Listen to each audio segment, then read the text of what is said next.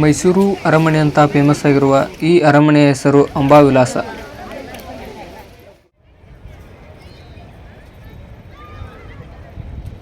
ಗುರು ನಮಸ್ಕಾರ,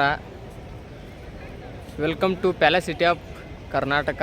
ಭಾರತದಲ್ಲಿ ತಾಜ್ ಮಹಲ್ ಬಿಟ್ಟರೆ ಅತಿ ಹೆಚ್ಚು ಭೇಟಿ ನೀಡುವಂತಹ ಸ್ಥಳ ಇದೇ ಮೈಸೂರು ಪ್ಯಾಲೇಸು. ಬನ್ನಿ ಇದರೊಳಗೆ ಏನಿದೆ ಏನಿಲ್ಲ ಎಲ್ಲ ತಿಳ್ಕೊಂಬರೋಣ ಬನ್ನಿ.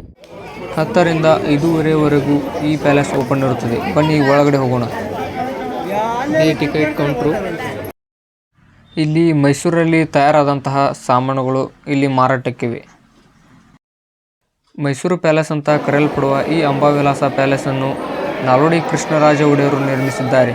ಈ ಅರಮನೆಯ ಕನ್ಸ್ಟ್ರಕ್ಷನ್ ಪೀರಿಯಡ್ 1897 ರಿಂದ 1912.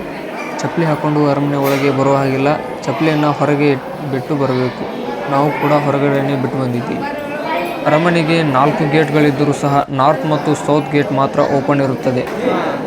ಈ ಹೊಸ ಅರಮನೆ, ಈ ಪ್ಯಾಲೇಸ್ನಲ್ಲೇ ಮೈಸೂರು ರಾಜರು ನಿವಾಸವಿದ್ದಿದ್ದು ಮತ್ತು ದರ್ಬಾರು ಕೂಡ ಇಲ್ಲೇ ನಡೆಯುತ್ತಿತ್ತು. ಅರಮನೆಯ ಚೀಫ್ ಆರ್ಕಿಟೆಕ್ಟ್ ಹೆನ್ರಿ ಇರ್ವಿನ್ ಅಂತ. ಅರಮನೆಯ ಪೂರ್ತಿ ಜಾಗ 72 ಎಕರೆಯಲ್ಲಿದೆ.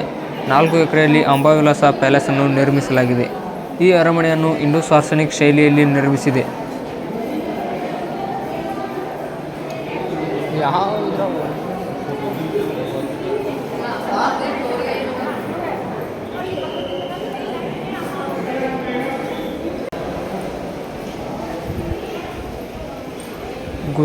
ಗುರು ಇದು ರಿಯಲ್, ಇಲ್ಲಿದೆ ಅಲ್ಲ, ಇದು ರಿಯಲ್ ಆನೆ.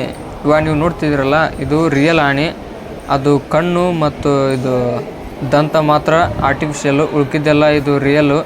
ರಾಜರು 2 ಆನೆಗಳನ್ನು ಶಿಕಾರಿ ಮಾಡಿದಾಗ ಅವುಗಳನ್ನ ಈ ಥರ ಇಲ್ಲಿ ಇಟ್ಟಿದ್ದಾರೆ. ವರ್ಷಕ್ಕೊಂದು ಸಲ ಇವುಗಳಿಗೆ ಕೆಮಿಕಲ್ ಟಚಪ್ ನಡೆಯುತ್ತೆ. ರಾಜನು ಬೇಟೆ ಆಡ್ತಿದ್ದಂತ ತೋರ್ಸಕ್ಕೆ ಬೇಕಲ್ವಾ, ಅದಕ್ಕೆ ಇಟ್ಟಿದ್ದಾರೆ.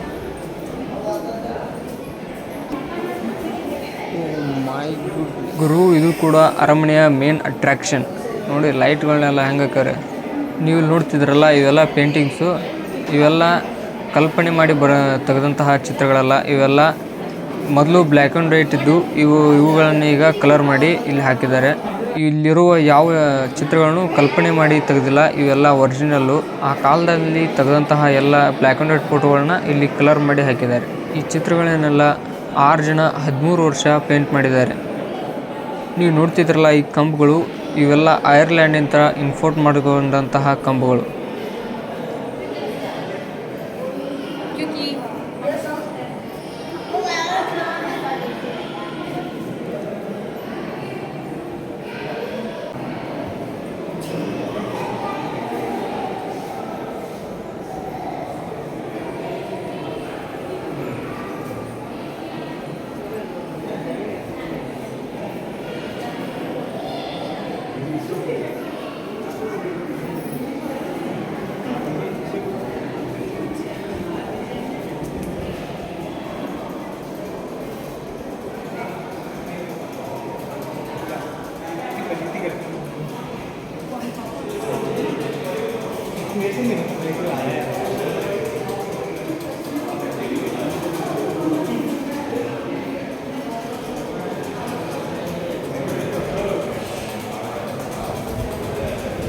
ಗುರು ನೀವು ಅಂದ್ಕೊಳ್ತಾ ಇರ್ಬೋದು, ಇವೆಲ್ಲ ಜ್ಯುವೆಲ್ರಿ ಬಾಕ್ಸಸ್ಸು, ಇವತ್ರೊಳಗೆ ಚಿನ್ನ ಬೆಳ್ಳಿ ಇದೆ ಅಂತ. ಆದರೆ ನಿಮ್ಮ ಊಹೆ ತಪ್ಪು. ಇವೆಲ್ಲ ಇನ್ವಿಟೇಷನ್ಗಳು. ಮೊದಲು ಆ ಕಾಲದಲ್ಲಿ ಎಲ್ಲ ಆ ಥರ ಇನ್ವಿಟೇಷನ್ಗಳನ್ನ ಕೊಡ್ತಿದ್ರಂತೆ.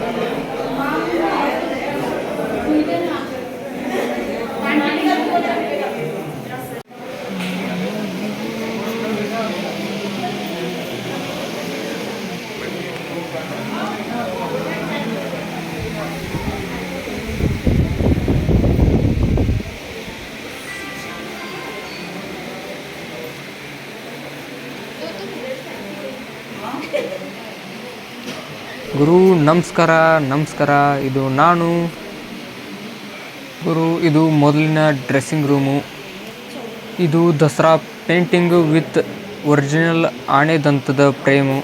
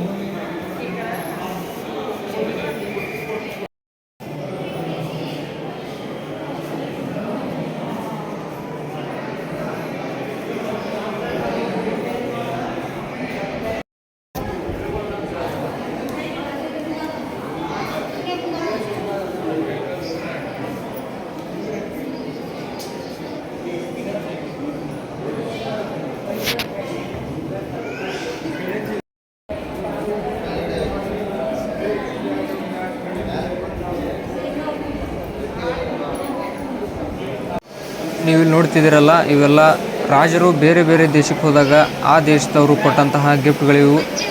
ಈ ಗೊಂಬೆಗಳಿಗೆ ಗೊಂಬೆ ಪೂಜೆ ಕೂಡ ಇಲ್ಲಿ ನಡೆಯುತ್ತೆ.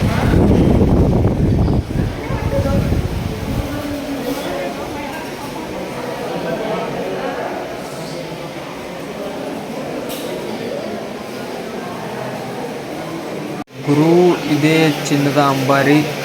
ನಾಡಹಬ್ಬ ದಸರಾದ ಮುಖ್ಯ ಆಕರ್ಷಣೆ. ಇದರಲ್ಲಿ ಚಾಮುಂಡಿ ದೇವಿ ಮೂರ್ತಿನ ತೆಗೆದುಕೊಂಡು ಹೋಗ್ಬೋದು. ಮುಂಚೆ ಇದರಲ್ಲಿ ಮಹಾರಾಜರು ಕೂರ್ತಿದ್ರಂತೆ, ಆದರೆ ಇವಾಗ ಚಾಮುಂಡಿ ದೇವಿನ ಇದರಲ್ಲಿ ಮೆರವಣಿಗೆ ಮಾಡ್ತಾರೆ. ಚಿನ್ನದ ಅಂಬಾರಿಯ ಒಟ್ಟು ತೂಕ 750 kg, ಆದರೆ ಇದರಲ್ಲಿ ಗೋಲ್ಡ್ ಕಂಟೆಂಟ್ ಇರೋದು ಮಾತ್ರ 80 kg. ಇದು ವಿಜಯನಗರದ ರಾಜರಿಗೆ ಸಂಬಂಧಪಟ್ಟಿದ್ದು. ಈ ಅಂಬಾರಿನ ಇಂದಿನ ಕಾಲಕ್ಕೆ ಹೋಲಿಸಿದರೆ 1 kg ಚಿನ್ನಕ್ಕೆ 47.5 ಲಕ್ಷ, ಅಂದರೆ 80 kg ಚಿನ್ನಕ್ಕೆ 38 ಕೋಟಿ. ಇಂತಹ ಅಂಬಾರಿಯನ್ನು ಈ ಕಾಲದಲ್ಲಿ ನಾವು ಮಾಡಿಸ್ಬೇಕಂದ್ರೆ 45 ಕೋಟಿ ಖರ್ಚಾಗುತ್ತೆ.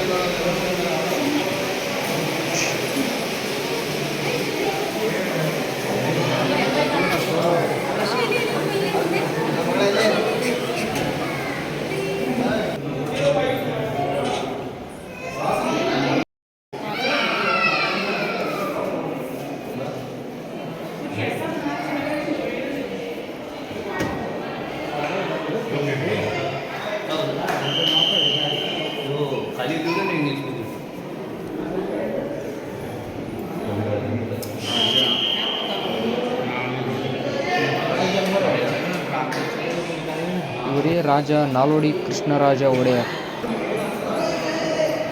ಗುರು, ಇದು ಕೂಡ ಅರಮನೆಯ ಇನ್ನೊಂದು ಮೇನ್ ಅಟ್ರಾಕ್ಷನ್. ನೋಡಿ ಹೆಂಗಿದೆ.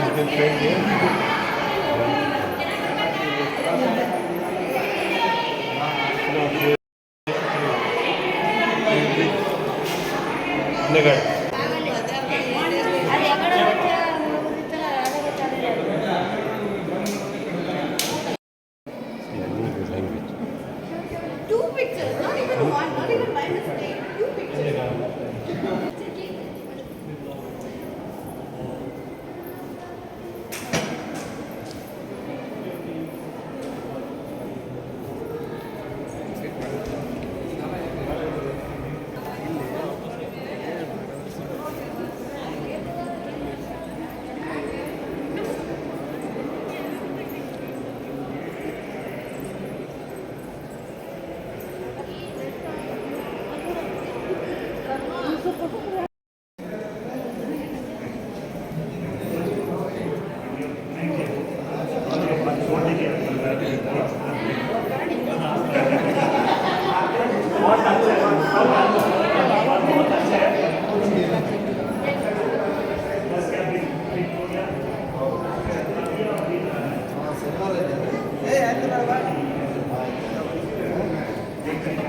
ನೀವು ನೋಡ್ತಿದ್ರೆ ಇಲ್ಲಿ ಏನು ಪಟ್ಟಿ ಕಟ್ಟಿದಾರಲ್ಲ, ಇಲ್ಲೆಲ್ಲ ನಮಗೆ ಅಲೋ ಇಲ್ಲ.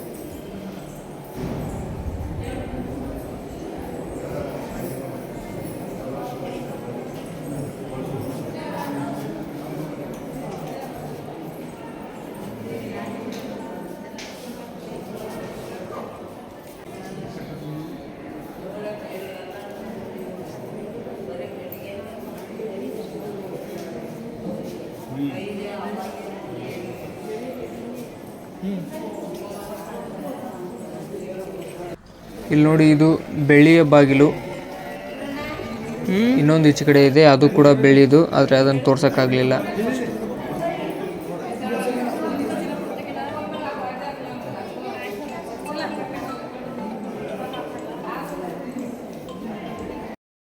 ಕನ್ಫ್ಯೂಸ್ ಮಾಡ್ಕೋಬೇಡಿ, ಇದು ಯಾವುದು ಬೆಳ್ಳಿದಲ್ಲ. ನಾವು ಇಳಿತಿದ್ದೀವಲ್ಲ, ಇದು ಯಾವುದು ಬೆಳ್ಳಿದಲ್ಲ. ಇದು ನಾಡಹಬ್ಬ ದಸರಾದಲ್ಲಿ ಆನೆಗಳಿಗೆ ಹಾಕುವಂಥ ಆಭರಣಗಳು ಇವ್ಯಾವು ಚಿನ್ನದ್ದಲ್ಲ.